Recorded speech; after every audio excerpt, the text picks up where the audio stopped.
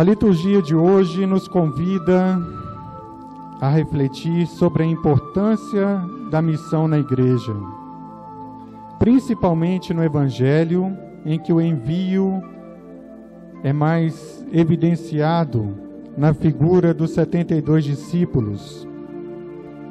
Eles escutam o chamado de Jesus, recebem o envio e assumem a missão de anunciar o Evangelho. Essa narrativa mostra Jesus em um vilarejo, indo a caminho de Jerusalém.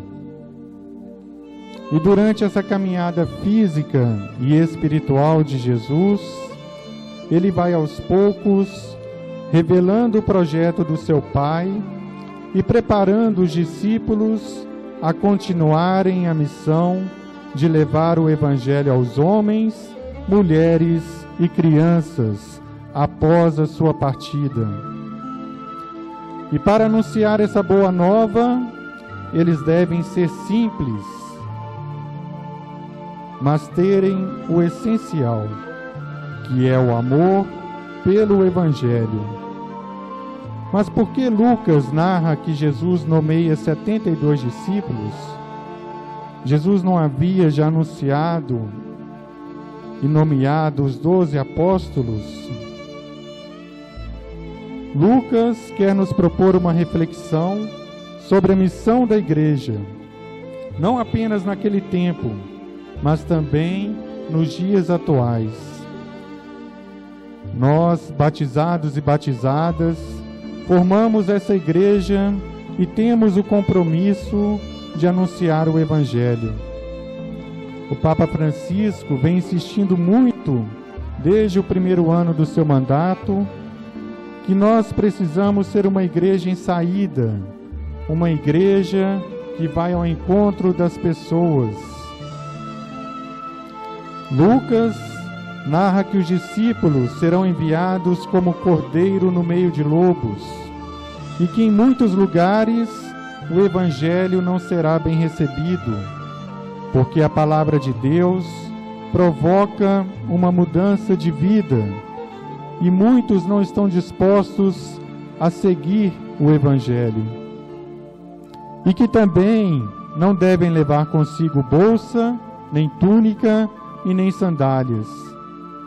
Jesus quer que eles se preocupem, não se preocupem com as coisas, não coloquem as coisas em primeiro lugar, e sim preocupem com o anúncio do reino de Deus e com as pessoas.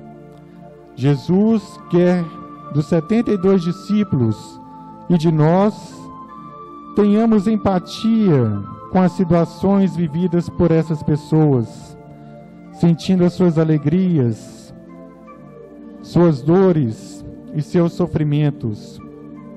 A força do Evangelho não está nas coisas materiais, não está na minha roupa, não está nesse microfone, mas está na força da palavra que traz libertação. E isso só acontece quando a palavra de Deus sai desse papel e entra aqui no nosso coração. É preciso ouvi-los. Em muitas visitas missionárias que estamos fazendo, desde que o Padre Alvim esteve aqui na nossa paróquia, está aqui na nossa paróquia, costumamos falar muito pouco, porque as pessoas precisam ser ouvidas, as pessoas precisam ser escutadas. E isso podemos trazer também para dentro da nossa casa, a nossa relação familiar. Estamos mesmos ouvindo uns aos outros? Ou a fala e a vontade é só de uma pessoa? Você está mesmo preocupado com o que o seu pai, com o que o seu filho, com o que a sua esposa ou marido pensa e sente? E na sua pastoral? Você é um coordenador que só dita ordens e não está nem um pouco preocupado em ouvir a opinião dos seus membros? Nós coordenadores, eu sou um coordenador de comunidade e às vezes corremos riscos de só dar ordens e esquecer de ouvir a opinião das pessoas. Precisamos saber ouvir.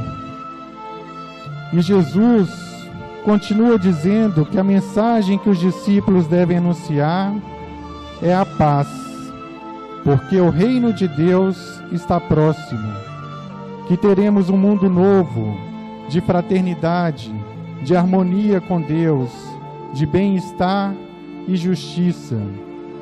Nós, cristãos, somos construtores da paz.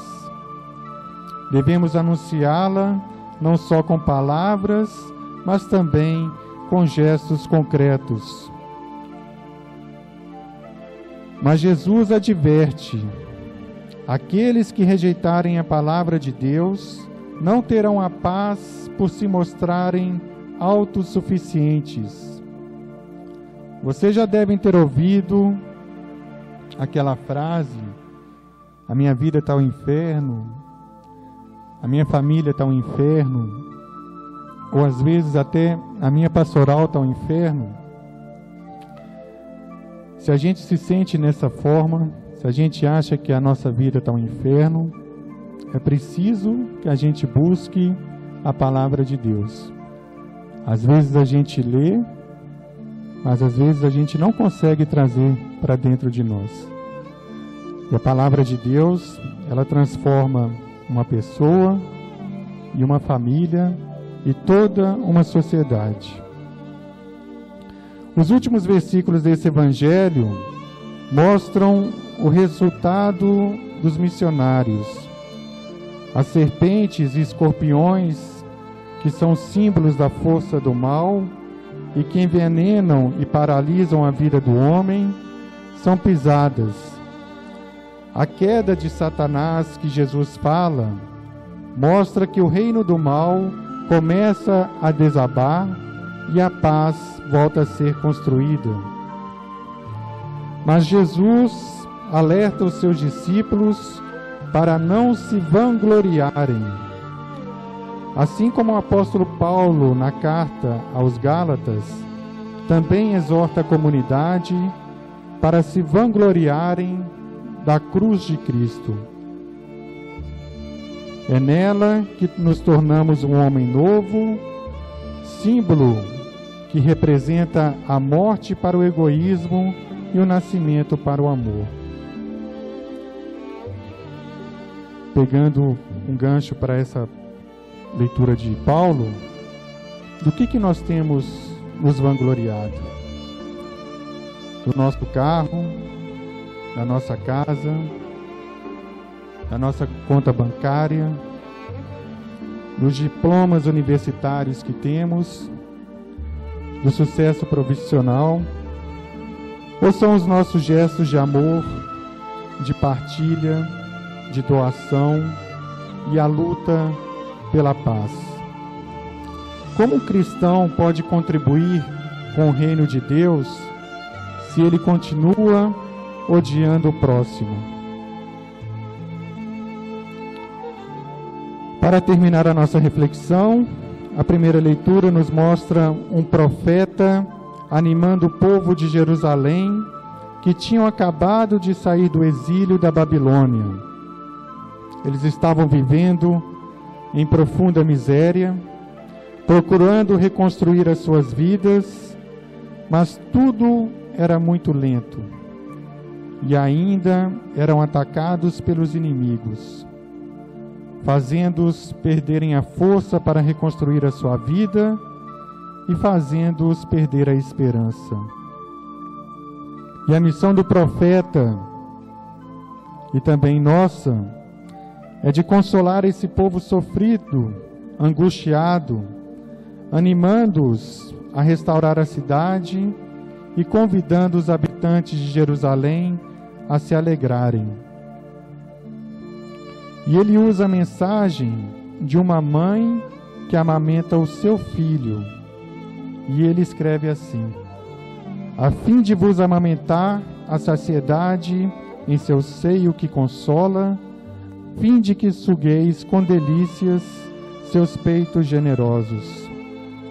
O profeta anuncia não apenas a ausência de guerras, mas também uma vida de esperança, de fecundidade, de riqueza espiritual e da vida em abundância.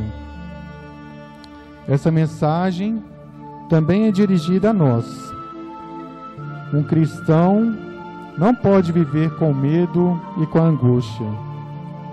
Somos chamados a experimentar o dom da fé, percebendo que Deus nos acaricia, nos alimenta, cuida da gente e nos fortalece a viver e a buscar todos os dias um mundo novo de vida plena e abundante. Louvado seja o nosso Senhor Jesus Cristo.